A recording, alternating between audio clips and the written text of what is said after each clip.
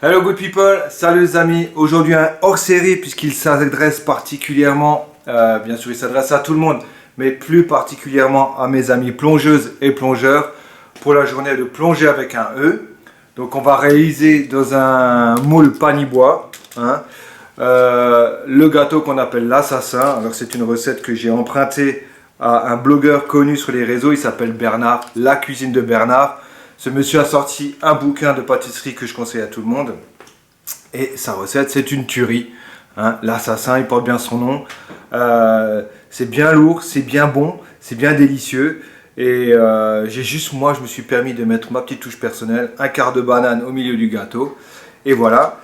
Donc, je vais vous montrer comment on réalise ce gâteau. Et donc, comme dit, on a utilisé ces moules panibois. Et ça va ressembler à ça, au final. Facilement démoulable. On a notre assassin, voilà, on commence à comprendre pourquoi il s'appelle l'assassin. Il se démoule très bien d'ailleurs. Et le moule panibois, pourquoi? Parce que voilà, c'est facile à transporter, c'est protégé et c'est tout, je crois. On va pas s'étaler sur la question trop longtemps. Allez, plongez dans la gourmandise. Action!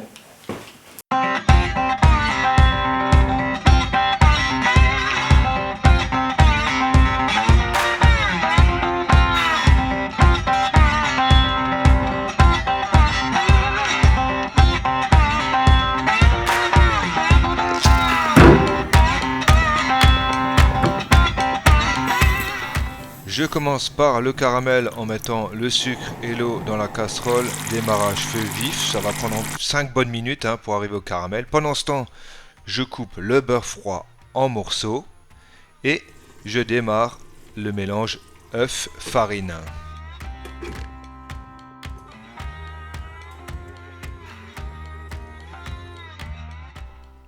Voilà, au bout de 5 minutes, le mélange œuf-farine est bien monté. Et je vais le débarrasser dans le bol d'un cutter. Alors là c'est très important parce que c'est le seul moyen d'incorporer le caramel qu'on aura obtenu au mélange œuf-farine. Le caramel commence à avoir une belle couleur dorée, il est bien avancé et je constate que du sucre s'est accroché aux parois de la casserole, ce qui est tout à fait normal. Donc ce que je fais retomber ce sucre dans le caramel pour le fondre et hors du feu, à présent, je vais pouvoir incorporer le beurre. Donc on éteint le feu, on retire la casserole et on incorpore le beurre morceau par morceau. Donc ça aura pour but de stopper la cuisson du caramel. On a affaire ici à un choc thermique, donc il faut faire aussi assez attention de ne pas se brûler. Et je continue d'incorporer le beurre tout en mélangeant morceau par morceau.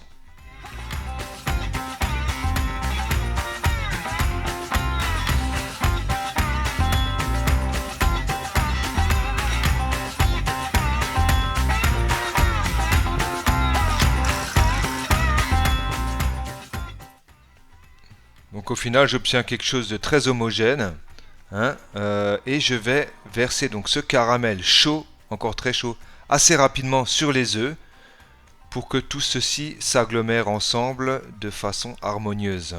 N'attendez pas que le caramel refroidisse, sinon vous risquez d'avoir un petit problème. Donc j'obtiens vraiment quelque chose de très crémeux, très sympa. Et il n'y a que le cutter qui va permettre d'incorporer le caramel. Je verse ensuite le chocolat que j'aurais fondu au préalable dans cette masse.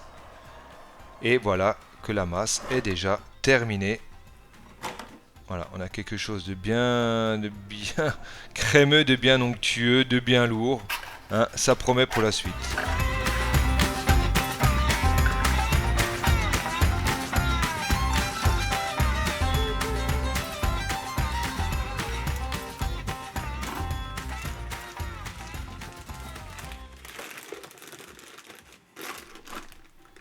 Donc à l'aide d'une poche à douille ou d'une cuillère si vous n'avez pas de poche à douille à la maison. Mais bon, moi je préfère quand même la poche à douille parce que c'est plus précis. Donc on va remplir les moules à un tiers. Alors un petit conseil sur cette recette, on arrive à remplir 8 moules panibois. Mais cornez bien tous vos culs de poule. Si vous voyez que vous n'allez pas y arriver, vous en faites 7, c'est pas grave non plus. Ça voudra dire qu'il en reste sur les bords de la casserole. Donc on remplit au tiers. Et on récupère un maximum de matériel. j'enchaîne avec le taillage de la banane. Donc on prend une banane bien mûre, on la coupe en 8 et on va pouvoir placer un quartier au milieu de chaque assassin. Voilà, et on va pouvoir aussi les recouvrir avant de passer à la cuisson.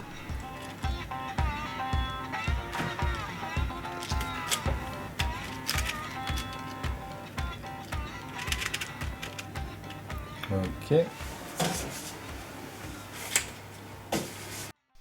Et c'est parti pour la cuisson, donc 30 minutes à 150 degrés, dans un four chaleur tournante, à peu près placer la plaque sur le premier tiers ou au milieu du four.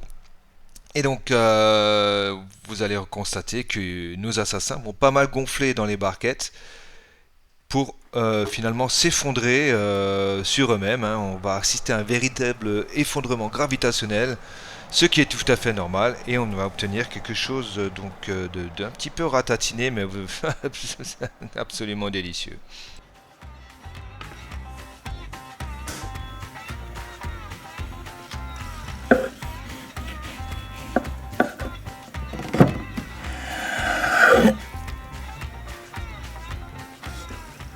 Ok les filles, opération gâteau de l'assassin terminée. Je me suis permis de les customiser. D'ailleurs, il y aura un petit concours de customisation le jour de la rencontre. Ici un carambar, ici un mikado, ici une pâte à langue de chat. Petit photomontage à la fin de la vidéo pour vous expliquer comment ça fonctionne. Merci Bernard pour ta recette. Et je m'excuse d'avance, mesdames, parce que là le régime, il est mort. Ciao.